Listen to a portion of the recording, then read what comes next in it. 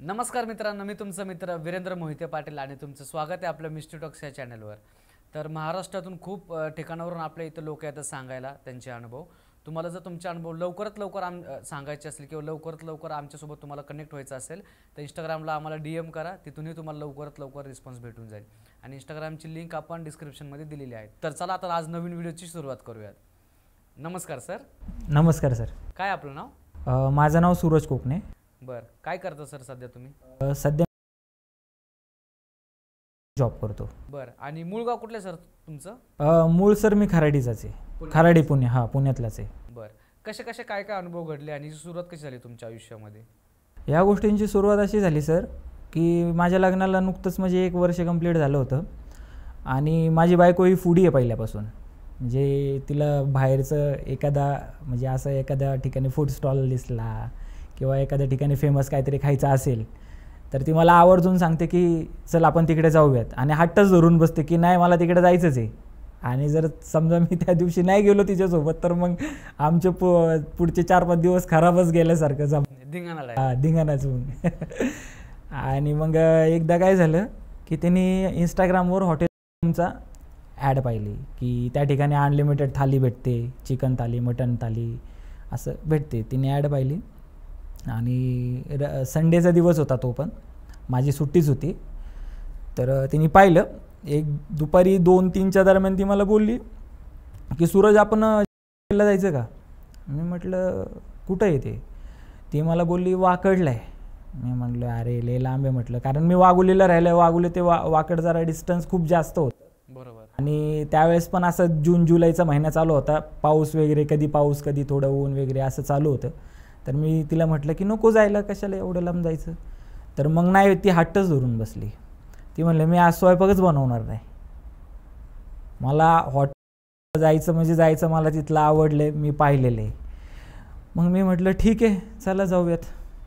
मग आम्ही 8-8:30च्या दरम्यान निघालो घरातून, सगळं आवरलं वगैरे व्यवस्थित टापटीप झालो।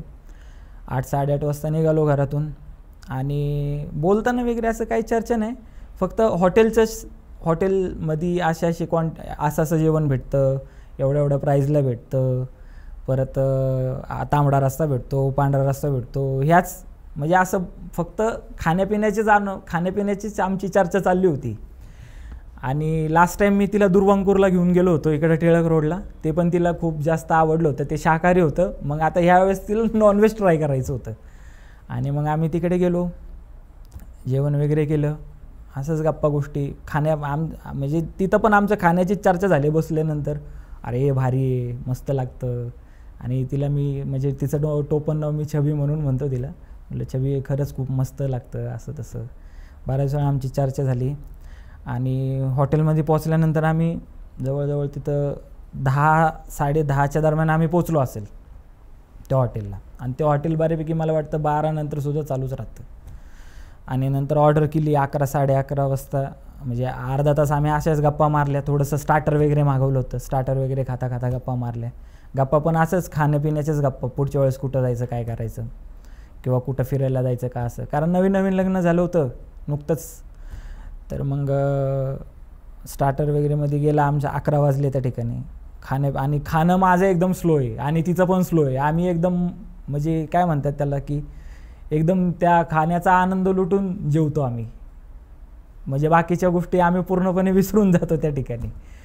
आणि मग खाणं आमचं झालं, त्याच्यात वाजले 11:30 वाजले। 11:30ला मी पार इतकं ते अनलिमिटेड होतं म्हणून मी इतकं खाल्लं ते काही वेळच नाही राहिला। आणि मग मी वॉशरूमला वगैरे गेलो, तिथंच मला 15-20 मिनटं गेले आणि तिथून आम्ही निघलो डॉट म्हणजे 11:55 ते 12, म्हणजे असं 11:45च्या दरम्यान आम्ही तिथून निघाल्यानंतर मग आणि ॲक्च्युली मी वाकडला त्यावेळेस पहिल्यांदाच गेलो होतो, या ठिकाणी माझं कधी येणं नव्हतं। आणि माझं येणं जाणं हे फक्त ऑफिस घर आणि ही कुठं म्हणते त्या ठिकाणी म्हणजे जाणं, असंच आमचं होतं। आणि गेलो तर आम्ही दुर्वांकूरला जाणार, फलाहारला जाणार, किंवा असं शिवशक्ती हॉटेल किंवा XYZ जे कोणते असे चांगले फूडीज हॉटेल आहेत ज्या ठिकाणी खूप वर्दळ असते, गर्दी असते, किंवा फेमस आहेत कुठल्या तरी फूडसाठी, त्या ठिकाणी आम्ही जातो नेहमी। आणि गेल्यानंतर मग मला एवढा काय रस्ता माहीत नव्हता, आणि त्यावेळेस माझ्या फोनला पण चार्जिंग, पावसाचं वातावरण होतं, घरातून ही अचानकच ठरलं ना की घरातून निघताना ताळ्यात माळ्यात चाललं होतं, जायचं नाही जायचं नाही जायचं जायचं असं चाललं होतं. आणि मग त्याच्यानंतर आम्ही मग चार्जिंग पण 1-2% होती फोनला, त्याच्यामुळं गुगल मॅप टाकायचा काही संबंधच आला नाही.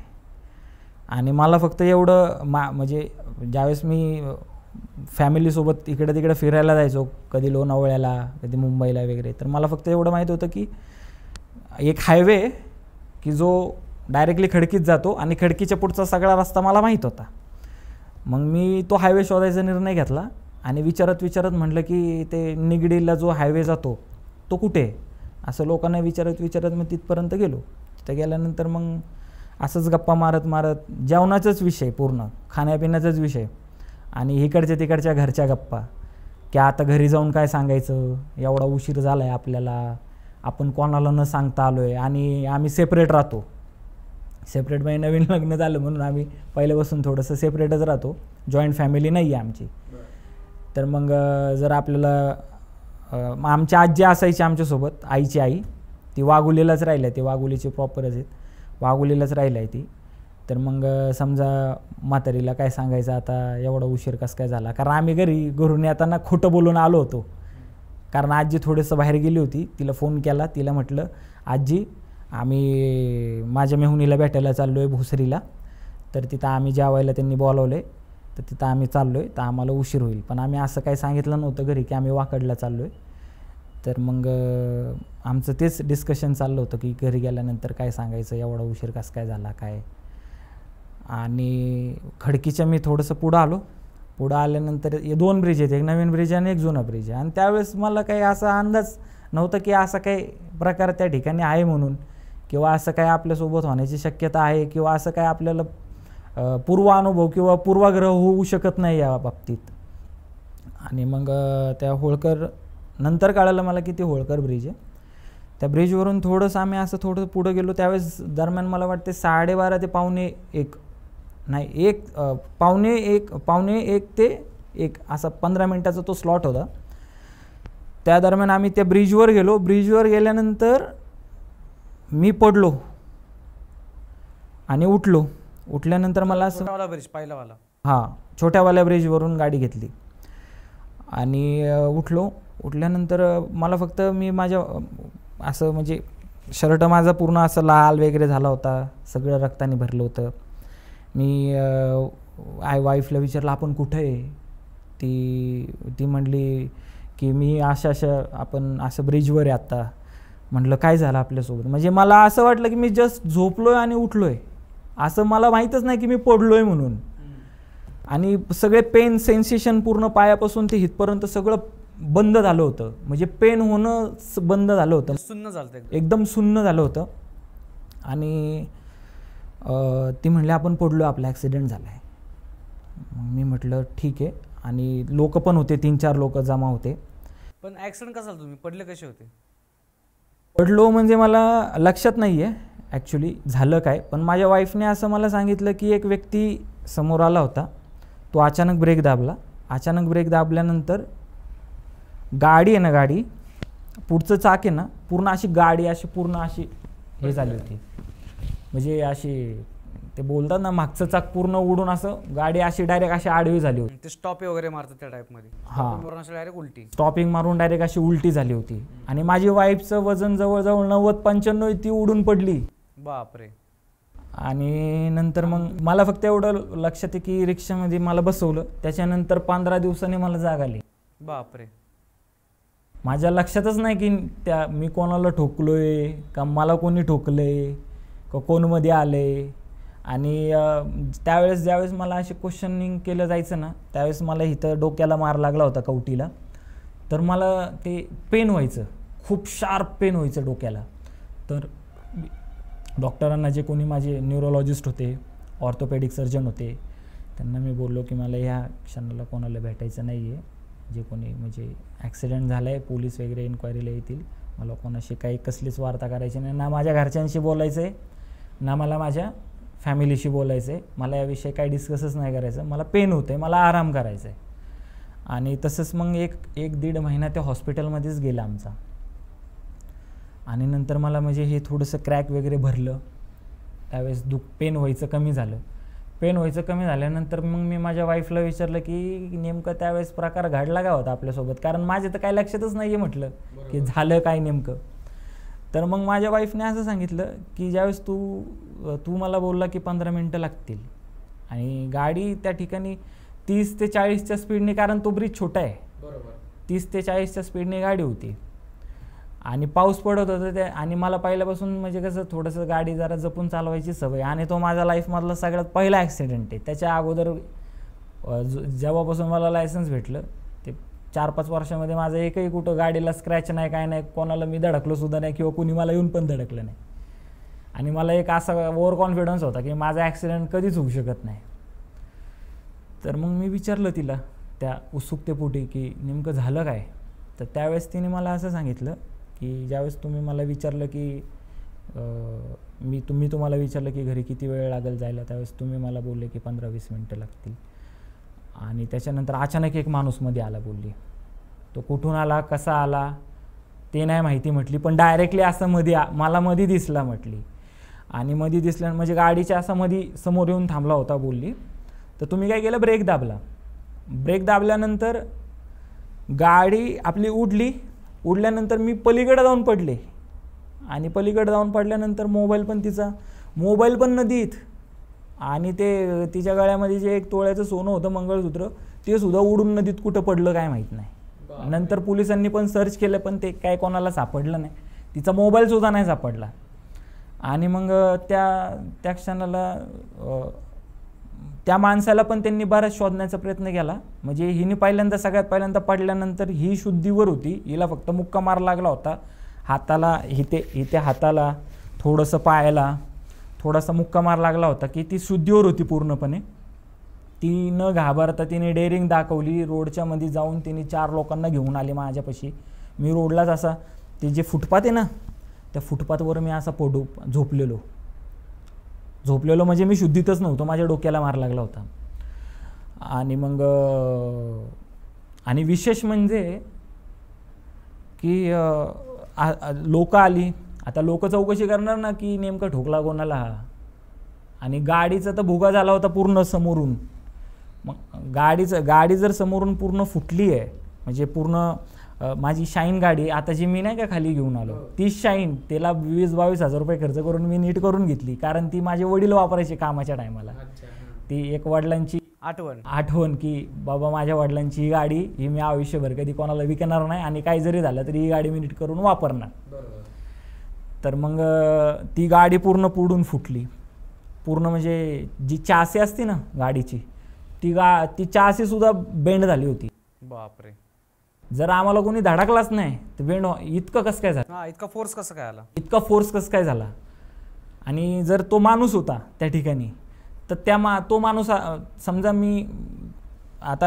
अचानक जर एखादा व्यक्ती जर समोर थांबलाय, आपण गाडीचा ब्रेक मारलाय, गाडीचा ब्रेक मारल्यानंतर ज्यावेळेस आपण पडतोय तर त्या पडण्यामध्ये तो पण आमच्या सोबत पाहिजे ना. बरोबर. तो पळून तर जाणार नाही त्या ब्रिजवरून कुठे. म्हणजे पडताना ॲटलिस्ट त्याला गाडीचं थोडा अशी गाडी उडाल्यानंतर त्याच्या अंगावर पडली पाहिजे गाडी. तर गाडी पण त्याच्या अंगावर नाही. म्हणजे ॲक्च्युली तो माणूस नव्हताच, ती सुपरनॅचरल पॉवर होती. माझ्या वाईफने त्याला एकदम स्पष्ट पाहिलं. जवळजवळ तो मिडल एजचा व्यक्ती होता. मिडल एजचा व्यक्ती म्हणजे तिने फक्त त्याला एवढं पाहिले, इथून खालचा भाग तर तिने पाहिलाच नाही किंवा तिच्या लक्षात नसेल.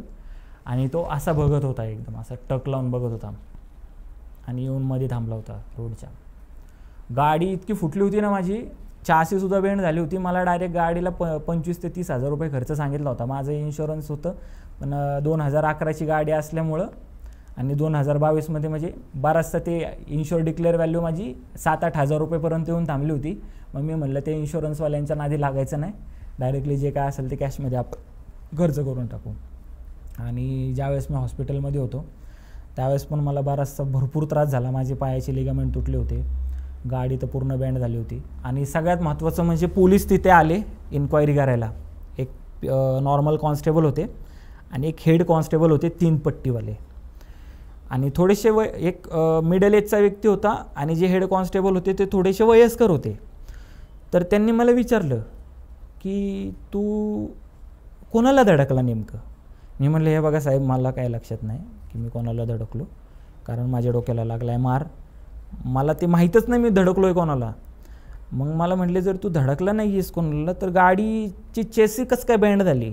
चेसी बँड झाली आणि टायर पण निघून गेला गाडीचा. बापरे. चेसी बँड, टायर पण निघून गेला, आणि ते पुढचं जे पूर्ण शाईनचं जे हे असतं ना हँडल, ते हँडलच गायब गाडीचं डायरेक्टली. मग जर तू धडकलाच नाही आहे कोणाला आणि तू किती स्पीडने होता. मी म्हणलं सर मी तुम्हाला सांगतो जेन्युइनली की मी 30 ते 40च्या स्पीडने असेल.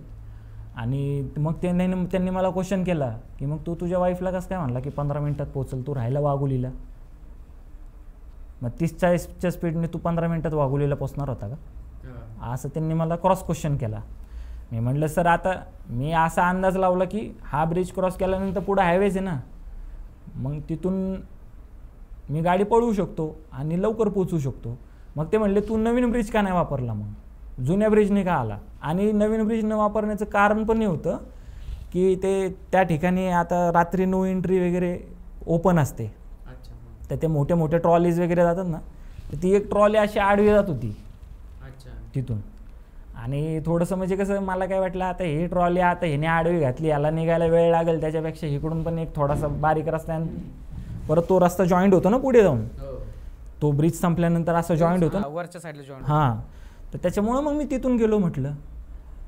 आणि बोलता बोलता ते साहेब मला काय बोलले की तू ज्या ठिकाणी गेला आहेस ना जागाच वाईट आहे. म्हणजे तो ब्रिजचा असं आहे. पण त्या अगोदर माझे मामा मला भेटायला आले होते. मामा मला म्हणले ॲक्सिडेंट कुठे झाला, तर वाईफने सांगितलं ते बॉम्बे सॅपर्सचा जो रोड आहे, तर ते जो ब्रिज आहे छोटा, ते म्हणले होळकर ब्रिजला झाला का. तिला पण ब्रिजचं नाव नव्हतं माहिती. इवन आम्ही दोघं पुण्यातले असून आम्हाला अजून माहीत नाही की ते होळकर ब्रिज काय आहे म्हणून. तर मग तिने सांगितलं की होळकर ब्रिजला झाला. आणि ते ड्रायव्हर आहेत, म्हणजे मागच्या जवळजवळ 18 ते 19 वर्षापासून ते ड्रायव्हिंगच करतात, तर त्यांना रस्त्यांचा बराचसा अनुभव आहे. तर ते मला बोलले की त्या रस्त्याला, ज्या रस्त्याला तुझा ॲक्सिडेंट झाला आहे त्या रस्त्याला आजपर्यंत कुणीही वाचलेला नाही, तू कसं काय वाचलं हेच मला आश्चर्य वाटायला लागले, असं ते मला बोलले. पण वाईफने त्या व्यक्तीला स्पष्टपणे पाहिलं होतं. ती म्हटली की 100% ती सुपरनॅचरल पॉवरच होती. बरं, त्याच्यानंतर परत काय दिसली का ती व्यक्ती कोणाला घरामध्ये? नाही, ती व्यक्ती मला परत कधी दिसली नाही. पण मला त्रास भयंकर झाला. काय काय त्रास झाला तुम्हाला? काय काय त्रास म्हणजे माझे लिगामेंट खूप जास्त दुखत होते, मला चालायला त्रास होत होता, माझं डोकं पण दुखायचं आधीमध्ये. आणि नंतर मग एकदा दोनदा मला म्हणजे असं म्हणता येईल की ताप वगैरे आला होता. तर मग डॉक्टरांना दाखवलं, न्यूरोलॉजिस्टला दाखवलं. न्यूरोलॉजिस्टने काही रिपोर्ट्स सांगितले. मग ते रिपोर्ट्स आम्ही सगळे केले. ते रिपोर्ट्स माझ्याकडे अजूनसुद्धा आहेत, मी आणले नाही आहेत आता. मग ते रिपोर्ट्स वगैरे बघितल्यानंतर मग न्यूरोलॉजिस्ट मला म्हणलं अरे सगळं नॉर्मली, मग काय नेमकं होतं आहे काय नेमकं तुला. मग मी म्हणलं ठीक आहे नॉर्मल आहेत. तर मग माझं काहीतरी माइंडमध्ये, सबकॉन्शियस माइंडमध्ये काहीतरी विचार असेल किंवा काय असेल. मला फायनान्शियल प्रॉब्लेम नव्हताच ना, कधी जाणवला, पहिल्यापासूनच नव्हता. तर त्याच्यानंतर मग माझ्या वडिलांनी म्हणजे बरंचसं, म्हणजे त्या काळामध्ये मी ऑफिसला नव्हतो आणि मला बराचसा सपोर्ट केला त्यांनी. बराचसा सपोर्ट म्हणजे 100% सपोर्ट. मी म्हणलं पप्पा रिपोर्ट करायला 10,000 पाहिजे, पाठवले लगेच 10,000. 15,000 पाहिजे, लगेच पाठवले 15,000. इवन माझं 6 महिने घर माझ्या वडिलांनीच चालवलं. पण नंतर आई म्हटली की देवाचं वगैरे पाहू. मग देवाचं वगैरे पाहिल्यानंतर उतारा वगैरे बनवला त्यांनी त्यांच्या हिशोबाने. आणि मला आणि माझ्या वडिलांना या गोष्टींमध्ये सहसा कधी विश्वासच नव्हता, कारण ते एक क्वालिफाईड चार्टर्ड अकाउंटंट आहेत आणि माझंसुद्धा MA झाल्यानंतर मी पण एक टॅक्स कन्सल्टंट आहे. या गोष्टींचा आमचा लांबचा कधी संबंध आला नाही. पण आम्ही म्हटलं की त्यांच्या मनाच्या समाधानासाठी त्यांना जे करायचं ते करू दे. पण अनफॉर्च्युनेटली त्यांनी जी काही प्रोसेस केली, माझ्या म्हणजे आजी माझी आता 100 वर्षाची आहे, आत्ता 100 वर्षाची 2025मध्ये.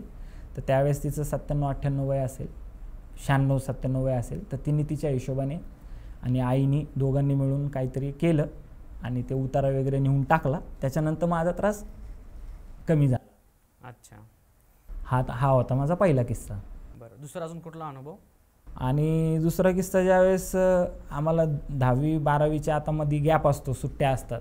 जस्ट 12वीची एक्झाम मी पास केली होती 2018ला, नाही 2016ला पास केली होती 12वीची एक्झाम. आणि 2016ला पास केल्यानंतर मग मी काय केलं की लागून गेलो जॉबला. माझी बहीण G4S मध्ये काम करते. G4S ही एक वेल रेप्युटेड इंग्लंडची कंपनी आहे सिक्युरिटीची, जी चांगली पॅकेज पण प्रोव्हाइड करते आणि कमी एज्युकेशन असेल तरीसुद्धा ते म्हणजे चांगले एक कॉर्पोरेट सिक्युरिटीमध्ये तुम्हाला ते अरेंज करून देतात. आणि त्यांच्या अगोदर पहिले ट्रेनिंग होते 1 महिना, फायर रिलेटेड किंवा बऱ्याचशा ज्या काही इमर्जन्सी सिच्युएशन आहेत त्या रिलेटेड तुम्हाला ते सगळे ट्रेनिंग वगैरे प्रॉपर प्रोव्हाइड करतात. आणि त्याच्यानंतर ते तुम्हाला हायर करतात, इंटरव्ह्यू वगैरे घेतात क्लायंट. त्या कंपनीचे जे कोणी क्लायंट असतात ते तुमचा इंटरव्ह्यू घेतात आणि मग त्यांच्या कंपनीमध्ये तुम्हाला हायर केलं जाते ॲज अ सिक्युरिटी पर्सन म्हणून. तर त्या ठिकाणी पण 2 टाईपचे सिक्युरिटी असतात. एक असतात जे फ्लोअरवर असतात, फ्लोअरवर पण पोस्ट असतात की समजा ground floor, second floor, third फ्लोअरच्या रिसेप्शनला बसायचं, कोणी क्रिटिकल एरियाच्या सेक्शनमध्ये बसायचं. तर मी होतो. आणि दुसरा टाईप असतो की एस्कॉट. एस्कॉट म्हणजे जे कोणी IT एम्प्लॉईज असतात त्या ज्या MNC कंपन्या असतात त्या 24/7 चालूच असतात, त्या कधीच बंद नसतात. सुट्ट्या असतात फक्त सॅटर्डे संडे त्यांना सुट्ट्या असतात, त्यावेळेस फक्त थोडंसं नॉर्मल बंद असतं, पण एका दुक्का एम्प्लॉय लोक येतच असतात कामासाठी वीकेंड वर्क म्हणून. तर मग नाही, लास्ट डे वर्क म्हणून येतात, लास्ट वीकेंड वर्क म्हणून येतात. तर मग आय थिंक त्यावेळेस मला वाटते वीक आमचा स्टार्टच झाला होता, म्हणजे सोमवार मंगळवार बुधवार असा या 3 दिवसांच्या मध्ये तो किस्सा माझा घडला. एवढं मला लक्षात नाही वार वगैरे. तर त्यावेळेस असं झालं की माझी शिफ्ट लागली होती 6 ते 2ची.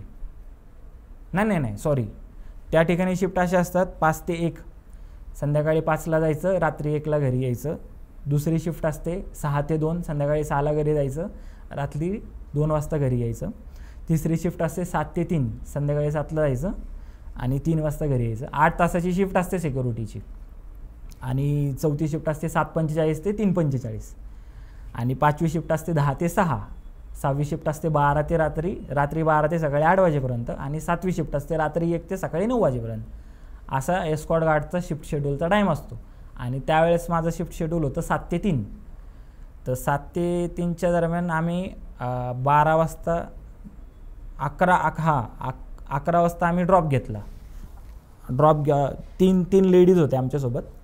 पहिल्या लेडीजला आम्ही ते कल्याणनगरच्या अलीकडे जे टिंगरे नगर आहे ना त्या ठिकाणी सोडलं पहिल्या लेडीजला. आणि दुसऱ्या लेडीजला विश्रांतवाडीला सोडलं. आणि तिसऱ्या लेडीजचा जो ड्रॉप होता तो आळंदी गावच्या पुढे एक गाव आहे कुठलं तरी, आळंदीपासून अजून 2-3 किलोमीटर पुढे, त्या ठिकाणी होतं. त्या गावाचं नाव माझ्या लक्षात नाही आहे आता. तर मग त्या लेडीजला आम्ही सोडलं. आणि ॲक्च्युली आमचा एक प्रोटोकॉल असतो की ड्रायव्हरशी कसल्याही प्रकारचं तुम्ही संभाषण करायचं नाही.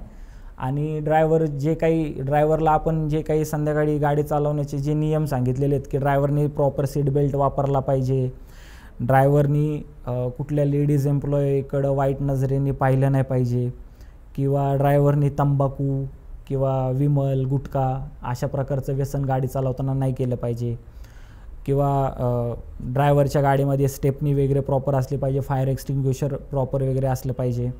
आणि मग त्याच्यानंतर मग किंवा ड्रायव्हर असा जे फ्रंट मिरर आहे त्याच्यातून कुठल्या पोरीला बघतोय का, ह्या बारीक सारीक गोष्टींवर सुद्धा आम्हाला लक्ष ठेवावं लागतं.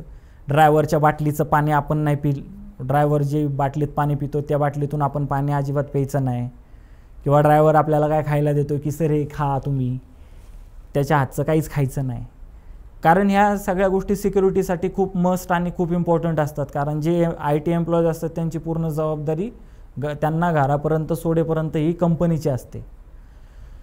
तर मग त्या ठिकाणी असं झालं की आम्ही सगळे ड्रायव्हरशी फक्त कन्व्हर्सेशन ह्याच बाबतीत की गाडी 60च्या पुढं गेली की आपण ड्रायव्हरला टोकू शकतो की गाडी 60च्या पुढं जाऊ द्यायची नाही.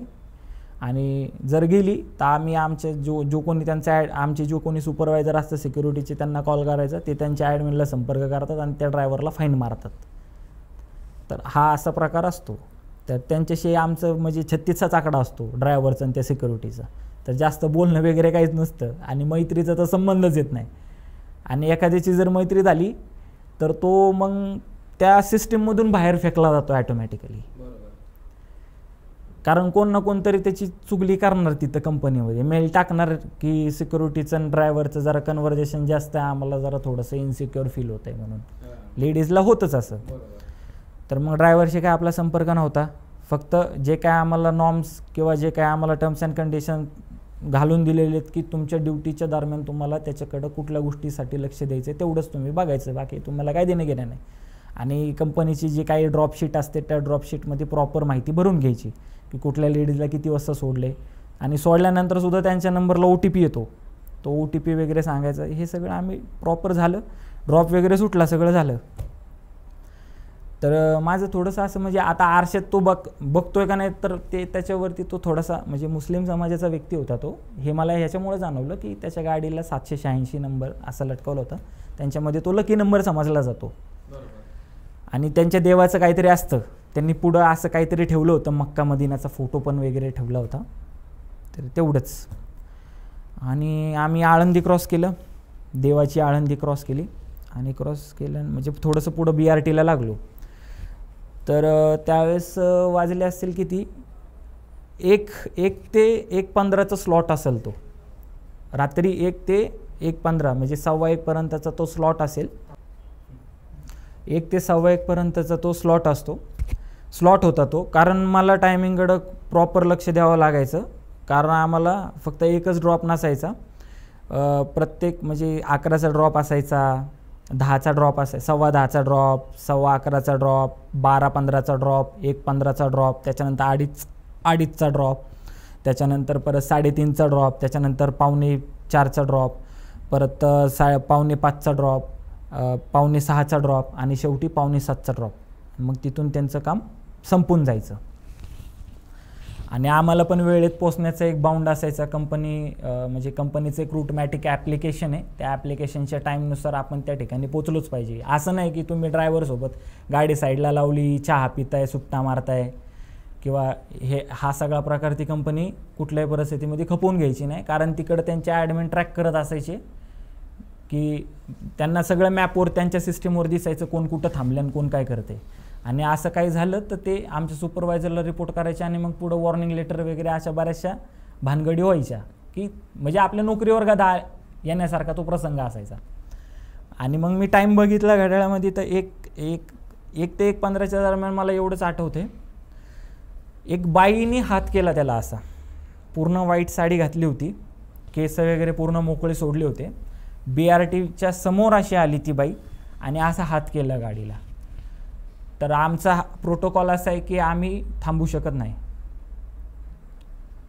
कुणीही हात केला काही जरी झालं आम्ही थांबू शकत नाही. आणि इवन आम्हाला सिक्युरिटी पर्सनला हे सांगितलेलं आहे की गाडीमध्ये ड्रायव्हरला जरी कुणी ठोकायला लागलं ना रोडमध्ये आडून तरी तुम्ही मध्ये पडायचं नाही, त्याचा वेंड रन तो बघून घेईन.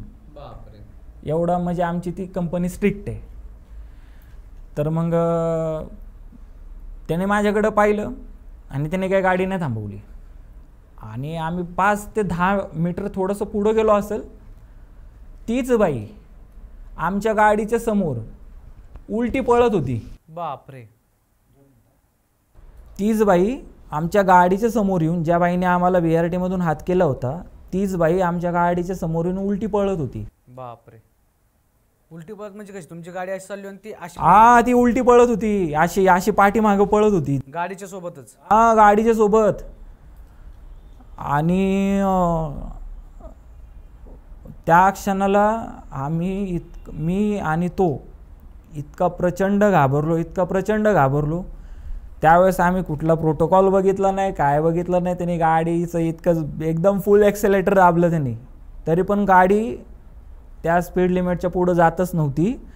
आणि त्या बाईचा मी स्पष्ट चेहरा पाहिला, एकदम असं राखाडी होतं चेहऱ्यावर आणि डोळे तर म्हणजे पूर्ण असे काळे, काळा बुबुळ, फक्त काळं, हे काळं पूर्ण, डोळे नाहीच, फक्त काळं. आणि कदाचित मला वाटते की ज्यावेळेस आम्ही ते प्रतिशिर्डी म्हणून ओळखलं जातं साईबाबांचं मंदिर, त्या रस्त्याला आम्ही कसं बसं पोचलो. 2-2.5 किलोमीटर हा खेळ चालला होता. म्हणजे 10-15 मिनटं. हां, कसं बसला आम्ही पोचलो. AC फुल गाडीमध्ये, कारण आय थिंक आता आपल्याला सुट्ट्या उन्हाळ्यातच लागतात. उन्हाळ्याच्या सीझनमध्ये कंपनीवाल्यांनी मेसेजेस दिलेला असतो की तुमच्या गाडीचा AC हा फुलच असला पाहिजे, आमच्या एम्प्लॉयला गरम नाही झालं पाहिजे गाडीमध्ये, किंवा कुठल्याही प्रकारचा अनकम्फर्टेबिलिटी फील नाही झाली पाहिजे. तर गाडीचा AC फुल, तरीसुद्धा मी पूर्ण माझा शर्ट भिजला आहे घामाने, तो पण भिजला आहे. तो माझ्याकडे बघतोय, मी त्याच्याकडे बघतोय. आणि मग ती बाई गायब झाल्यानंतर मग आमच्या दोघांचं कसलंच कन्व्हर्सेशन नाही, काय नाही. कंपनीत आल्यानंतर सुद्धा आम्ही 1 तास थांबलो. 2-3 ड्रॉप निघून गेले तरी आम्ही ना मी उठायला तयार, ना तो त्या गाडीतून निघायला तयार. दोघं तिथंच बसून असे एकदम स्तब्ध.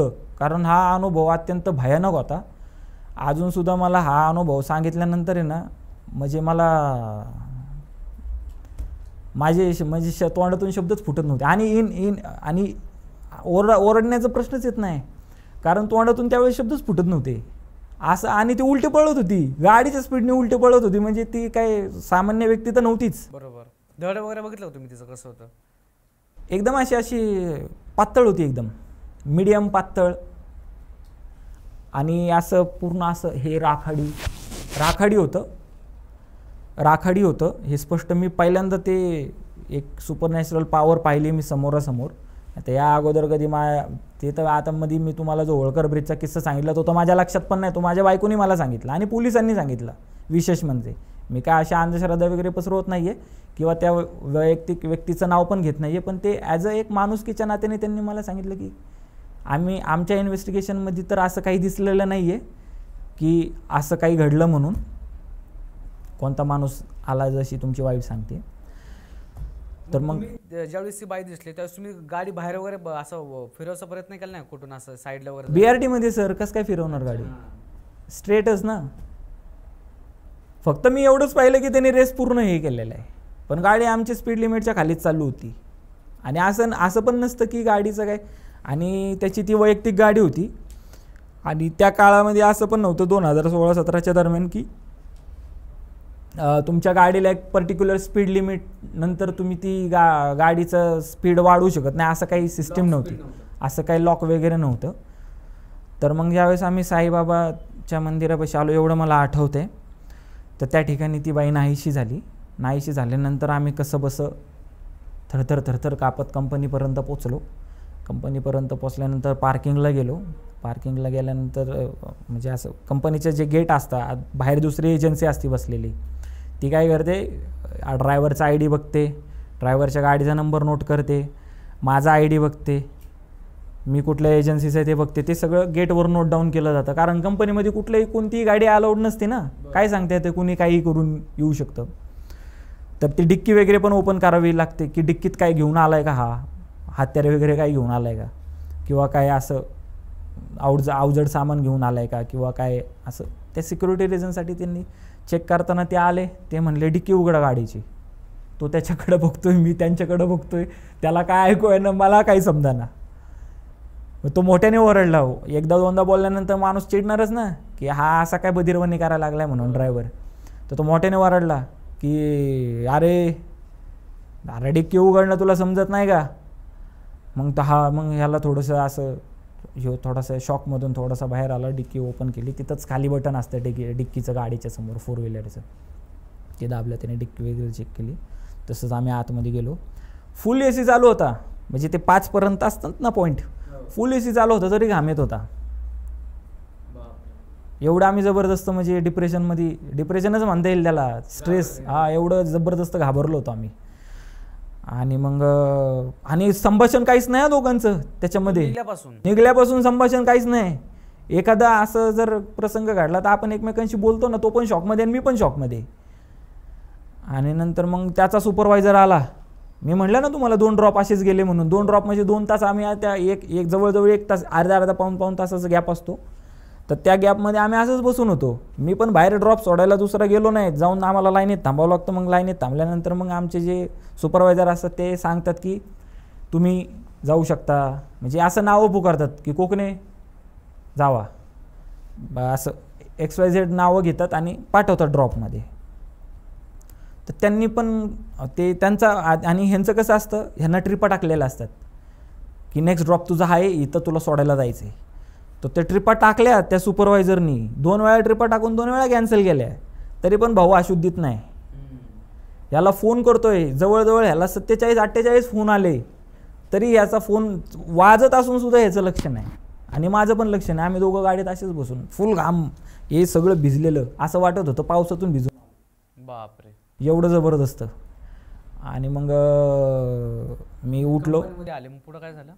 आणि मला ते त्यावेळेस त्या पहिल्या लहानपणापासून हा जेनेटिक आजार आहे अँक्लोलोजिंग स्पॉन्डिलायसिस नावाचा आणि क्रॉन डिसीज, ऑटोइम्युनो डिसीज असतो, ज्याच्यामध्ये कधी कधी सांधे खूप जास्त दुखतात, पायाचे वगैरे, हाताचे वगैरे. तर मग मी बऱ्याच वेळ गाडीमध्ये असंच ताटून बसल्यामुळं माझे सांधे दुखायला चालू झाले. मी लंगडत तसंच वॉशरूममध्ये गेलो, वॉशरूम वगैरे केली, तोंड वगैरे धुतलं, जाऊन वरती मस्त एक कडक चहा पिलो. त्याला म्हटलं जरा कडक चहा दे, चहा पिलो थोडंसं, मग जरा बरं वाटलं. खाली आलो, सरांना म्हटलं सर मला अजिबात बरं वाटत नाही. आमचे जे सिक्युरिटी सुपरवायझर होते त्यांना बोललो सर मला अजिबात बरं वाटत नाही आहे, तुम्ही ड्रॉपला जाऊ शकत नाही. तर ॲज अ सिक्युरिटी रिझन एखाद्या सिक पर्सनला ते ड्रॉपला पाठवत नाहीत किंवा त्याला कुठलं काम सांगत नाही. त्याला म्हणतात की बाबा ठीक आहे चल तू सिक आहेस तर बस आणि तुझा टाईम झाला की निघून जा, आणि वाटलंच तर दुसऱ्या दिवशी सांग, बरं वाटलं तर ये, नाही वाटलं तर सुट्टी मार, असं ते बोलतात. तर मग मी 6-7 वाजेपर्यंत असंच बसलो. आता रात्र म्हटल्यानंतर झोप तर उडालीच. एक तर आणि आमचा कसा 4 ते 5-6 हा जो टाईम असतो हा साखर झोपेचा वेळ असतो. त्या ठिकाणी किती कसा माणूस असला तरी त्याला झोप लागतेच, थोडंफार डुलकी बिलकी लागतेच बसल्या जागी. मी एका ठिकाणी म्हणजे रात्री 3 वाजता 3 वाजता त्या सुपरवायझरने म्हटलं 4 वाजल्यापासून ते सकाळी 8 वाजेपर्यंत तसाच बसलो, घरी गेलोच नाही.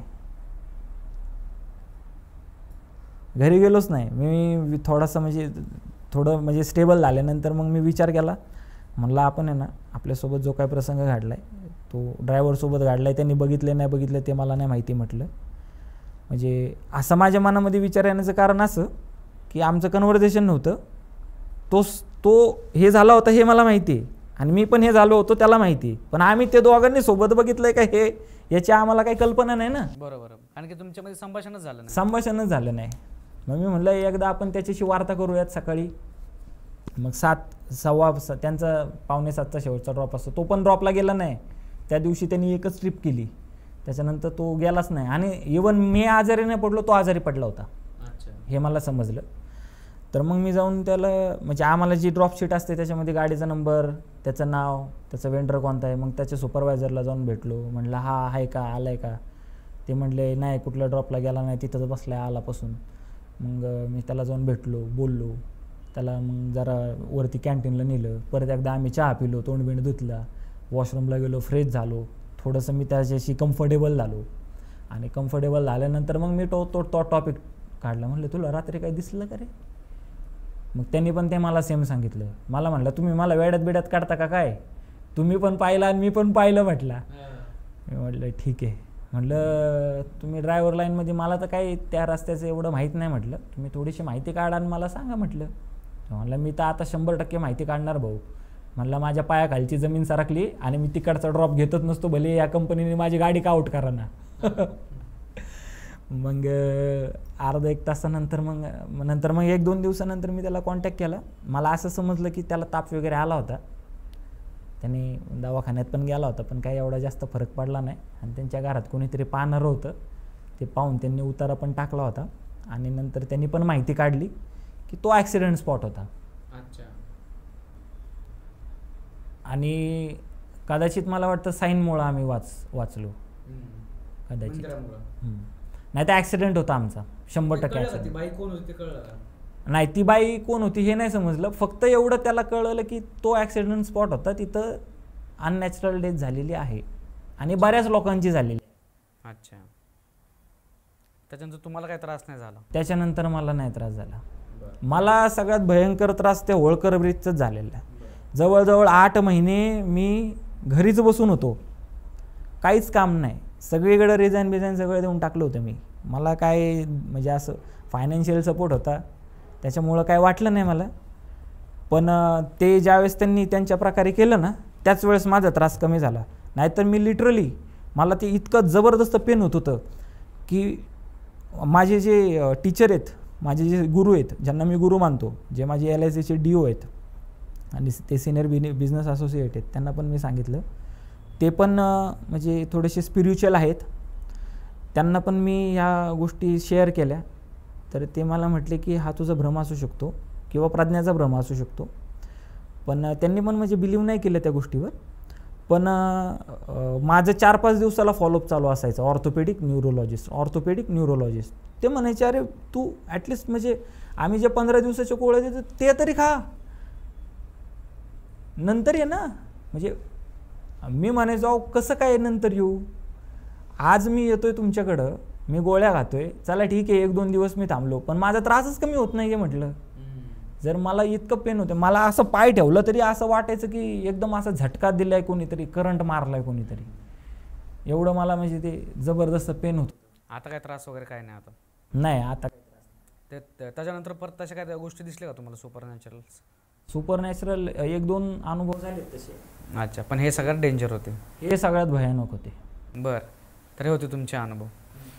तर मित्रांनो, हे होते सूरज सरांचे अनुभव आणि या अनुभवातनं काय तुम्हाला शिकायला भेटलं नक्की आम्हाला कमेंट करून सांगा.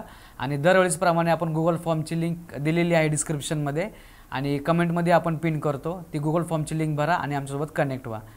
तर चला आता आज इकडंच थांबूयात. धन्यवाद. जय हिंद, जय महाराष्ट्र.